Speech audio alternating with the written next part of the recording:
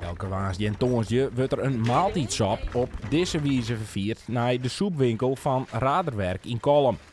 De bedenker van de linkersoep die het woensdag serveerd waar is Simon Sielstra. En de sop, die was aardig pittig. Die was heerlijk. Extra pittig is ook voor geen mensen. Want een linkersoep die het extra pittig is, dus hij is extra link. Hij is extra lang. Het zwet breekt me aan alle kanten nu, dat zweet wel, hè? Wil je hem extra pittig of Extra pittig. extra pittig? Ik niet. Jij dan niet? Oké. De sop wordt elke keer flankeerd door een zelfsmakke hapje. Maar in principe ken je goed zet van de kom sop alleenig.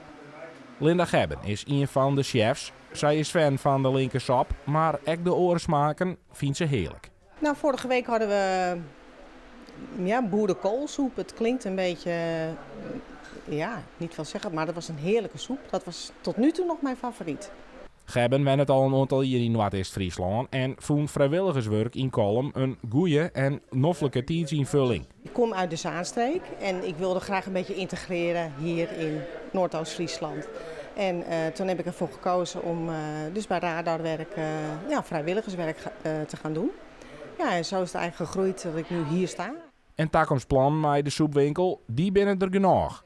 Zo zou het in kwaten samen eens kennen dat je 5 dagen in de week sop hellen kennen in het centrum van Kolm. Hier van mij staat mij vreeds. En dan wil ik ze nog wat langer hier kennen. We zijn nog echt maar heel even hier. Je auto onderin. Op woensdag met tongetjes. Maar dan wil ik maar 4 dagen van mij zien. Ja, dus dat is echt wel de toekomst. De linkersop voelt waar in de smaak. De betinker van de namen, die is Grutsk. Ja, spontane ingeving. Ik vond het heel mooi klinken. En wie is weer de naam van de soepwinkel zelf worden. Maar dat is zo ging ze door de sopshop, maar dat is krijg coffeeshop. Dus ik denk een betere linkersoep worden, no?